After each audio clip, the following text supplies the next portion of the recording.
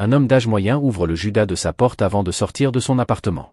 Il vit dans le Londres du futur, où le logement social a été complètement aboli. Ceux qui ne peuvent se permettre d'acheter un logement convenable sont forcés de vivre dans des taudis. Izzy habite dans une zone résidentielle appelée la cuisine. La journée commence comme d'habitude avec les nouvelles locales diffusées par la radio, où la voix de l'animateur, Laure, annonce que l'eau a été coupée dans l'aile ouest. Ceux qui veulent se laver doivent se dépêcher d'aller dans l'aile, mais uniquement si cela est absolument nécessaire. Pour Izzy, c'est nécessaire.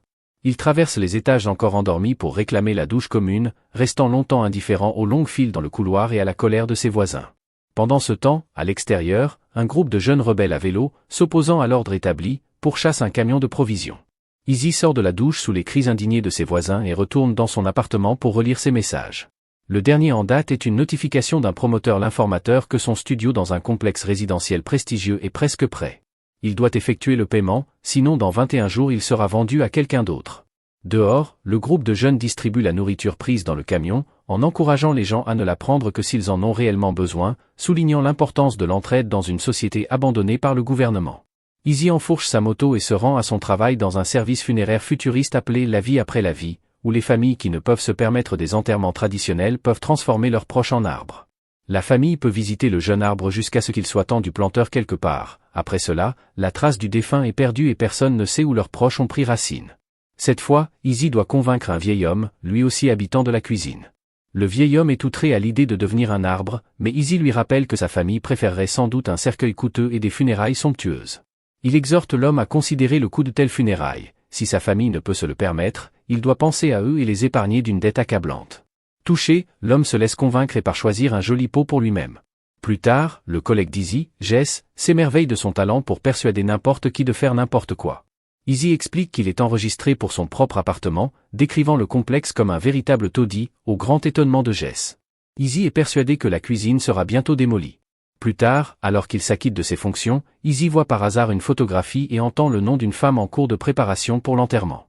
Il se rend à la chapelle où il écoute des paroles aimables sur la défunte et regarde son fils, Benji, invité à prononcer un dernier discours. Le garçon se tortille, en quête de mots, et aperçoit par accident Izzy debout près de la porte. Apparemment secoué par sa perte, le garçon reste silencieux. La femme est ensuite traitée, et quand Benji regarde en arrière, Izzy est déjà parti. Un peu plus tard, Benji transporte un pot avec un jeune plant pour le placer dans la pépinière commune, tandis qu'Izzy l'observe de loin. À la fin de la journée de travail, alors qu'Izzy sort, le garçon l'interpelle. Il se souvient de l'avoir vu aux funérailles et veut savoir pourquoi il était là. Connaît-il sa mère? Izzy essaie de se débarrasser du jeune garçon persistant, mais celui-ci admet qu'il espère rencontrer son père. Izzy s'excuse, car il n'est pas son père, et se prépare à partir. L'homme enfourche sa moto, ce qui tient aussitôt l'admiration de Benji. Le garçon lui demande s'il peut l'essayer et tenter de prolonger leur conversation, mais Izzy l'interrompt et s'en va. Benji reste près de l'entrée du bureau, finissant par s'asseoir, déçu, sur le trottoir. Quelques minutes plus tard, Izzy revient de manière inattendue et propose à Benji de le raccompagner chez lui. Le garçon monte avec enthousiasme derrière lui. Ils arrivent bientôt dans une maison où Benji et sa mère parviennent jusqu'à récemment. Izzy avoue qu'il habite dans la cuisine, mentionnant que les conditions y sont encore pires que ce que l'on dit. Benji révèle que sa mère lui avait dit que son père vit dans la cuisine, mais Izzy insiste à nouveau qu'il ne connaît pas le père de Benji. Il part peu après. Benji monte jusqu'à son appartement désormais vide, où le dernier cadeau d'anniversaire de sa mère l'attend. Il prend généralement son temps pour résister à l'envie de l'ouvrir immédiatement, puis le déballe soigneusement, un vélo flambant neuf. Sans perdre une seconde, il enfourche le vélo et se dirige vers la cuisine, espérant y retrouver Izzy, mais personne ne semble savoir où l'homme habite.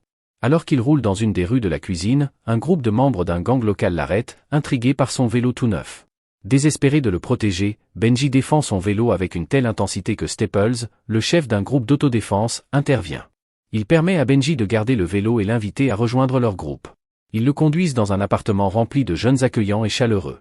Benji se voit offrir de la nourriture et un endroit pour dormir pour la nuit. Le lendemain matin, la cuisine se réveille comme d'habitude avec la voix de leur résonnant dans les rues. Izzy se prépare pour une autre journée de travail. Pendant ce temps, les nouveaux amis de Benji l'emmènent à un point de vue où un grand lance-pierre est installé.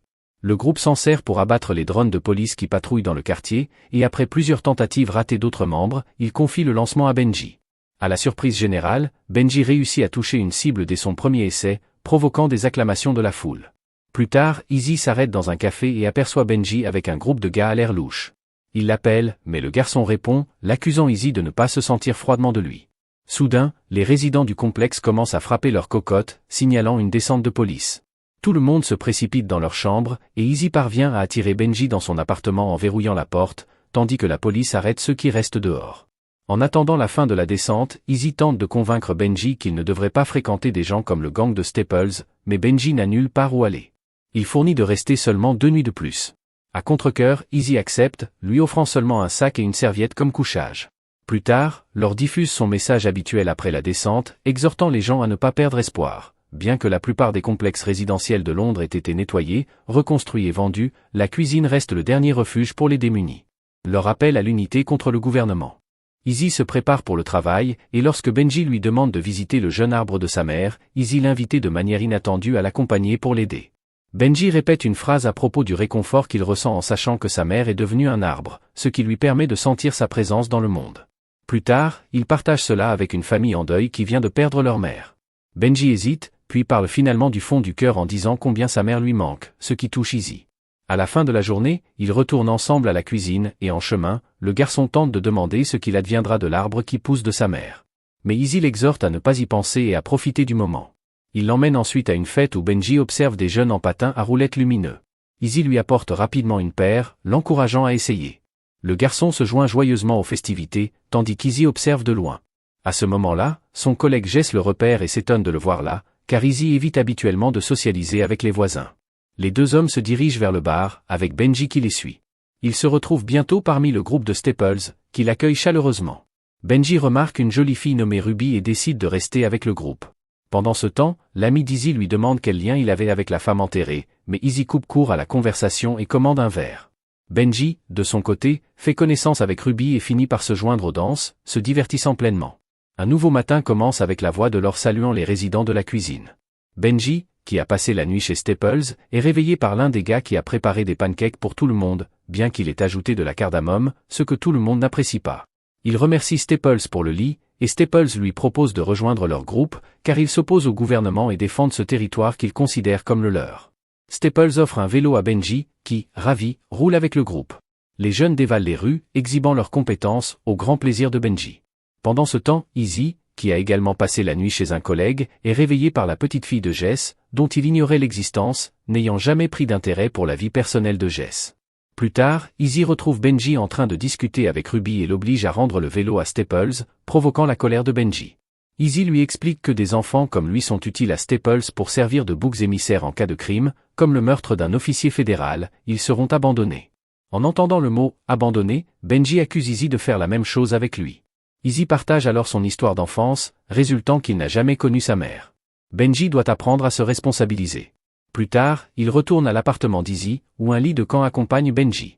Le garçon commence immédiatement à décorer son nouvel espace, et il se rend ensuite chez un coiffeur, bien que Benji décide de garder ses dreadlocks. Benji trouve une vieille lampe avec une poupée, ce qui fait rire Izzy. Le soir, ils se promènent ensemble, et le lendemain matin, Benji apprend à son ami comment bien se brosser les dents. Plus tard, Izzy reçoit un message au travail indiquant que son nouvel appartement sera prêt le lendemain. De manière inattendue, il demande d'avoir un appartement avec 2 chambres. Lia lui demande s'il souhaite annuler sa commande précédente, mais Izzy hésite à répondre. Ce jour-là, Benji rend visite au jeune arbre de sa mère et lui raconte qu'il vit avec Izzy, qui prend soin de lui. Il fournit ensuite Izzy de l'aider à ramener l'arbre chez eux. Izzy s'emporte, criant que ce n'est qu'un arbre. Ce soir-là, avant de dormir, Benji parle du nouvel appartement d'Izzy et du fournisseur de l'emmener avec lui. Il admet qu'il ne peut pas payer le loyer, mais qu'il peut cuisiner et faire le ménage. Izzy l'interrompt. Benji déclare alors que sa mère lui avait dit qu'Izzy est son père, ajoutant que même s'il n'aimait pas sa mère, il l'aurait aimé, lui. Izzy reste silencieuse. Benji rend visite au jeune arbre de sa mère et lui raconte qu'il vit avec Izzy, qui s'occupe de lui. Il fournit ensuite Izzy de l'aider à ramener l'arbre chez eux, mais Izzy s'emporte, criant que ce n'est qu'un arbre. Ce soir-là, avant d'aller dormir, Benji parle du nouvel appartement d'Izzy et le fournisseur de l'emmener avec lui. Il admet qu'il ne peut pas payer le loyer, mais qu'il peut cuisiner et faire le ménage. Izzy l'interrompt, et Benji déclare que sa mère lui a dit qu'Izzy est son père, ajoutant que même s'il n'aimait pas sa mère, il l'aurait aimé, lui. Izzy reste silencieuse. Le lendemain, ils se rendent dans un café. Izzy agit étrangement, refuse de manger, puis dit qu'il a une course à faire et demande à Benji de l'attendre. Izzy part, et le garçon attend toute la journée. Il rentre tard dans l'appartement d'Izzy et découvre que ses affaires ont disparu. Izzy arrive dans son nouvel appartement, avec une vue panoramique sur les festivités perpétuelles de la ville. Un nouveau jour commence, et soudain, le bruit des casseroles retenues tandis que les gens se précipitent pour se mettre à l'abri. Ruby n'arrive pas à atteindre sa porte à temps, et Benji la fait entrer dans l'appartement. Ils réussissent à verrouiller la porte alors que la police tente de forcer l'entrée. Les bruits de violence emplissent l'air, puis il devient clair que l'émission radio du complexe résidentiel est interrompue. Ce soir-là, les résidents allument des torchets et les tendent par leurs fenêtres pour montrer que la cuisine ne se plie pas. Izzy, troublé, n'arrive pas à dormir, contemplant la ville par sa fenêtre. Le lendemain matin, la voix de l'or ne résonne plus dans le complexe. Benji observe ses voisins faire leurs bagages et partir à la recherche d'un nouveau logement. Izzy se prépare pour le travail à la chapelle, où il apprend la mort de l'or. La salle est remplie de deuil pour cet homme qui avait été un symbole d'espoir pendant de nombreuses années. Pendant ce temps, Staples rassemble son groupe, y compris Benji, et proclame œil pour œil, dent pour dent. C'est la guerre? Le gang part à vélo, brisant les vitrines et pillant les appartements. Benji, témoin de la peur dans les yeux des gens, refuse de participer à la violence et finit par s'enfuir. Izzy le retrouve de retour près de l'appartement de sa mère. Benji crie, lui demandant pourquoi il est venu. Izzy ne part pas, mais s'assoit à côté de lui. Il sort ensuite un pot contenant le jeune arbre de sa mère et la donne à Benji. Il retourne à la cuisine et replante le jeune arbre dans un pot plus grand. Alors que le bruit des cocottes avertit de l'arrivée de la police, Izzy et Benji courent pour rejoindre l'appartement. Cette fois, la police est impitoyable. Piégés dans un passage étroit, ils tombent dans un piège tendu par le groupe de Staples. Des résidents jettent tout ce qu'ils peuvent sur les officiers depuis les hauteurs. À ce moment-là, Benji demande directement à Izzy s'il est son père. Izzy acquiesce subtilement avant de lui demander si Benji veut qu'il soit son père. Benji propose de voir comment les choses évoluent. Izzy le serre dans ses bras et l'empêche de se tourner vers la porte alors que la police frappe violemment. La police fait irruption dans l'appartement d'Izzy, l'écran devient noir, laissant leur sort incertain. Comme toute dystopie, ce film reflète des problèmes actuels, abordant la disparité de classe et la gentrification, mais ne parvient pas pleinement à explorer son potentiel au-delà de la relation entre l'homme et le garçon. Le public n'apprend finalement que peu de choses sur le reste de cet univers.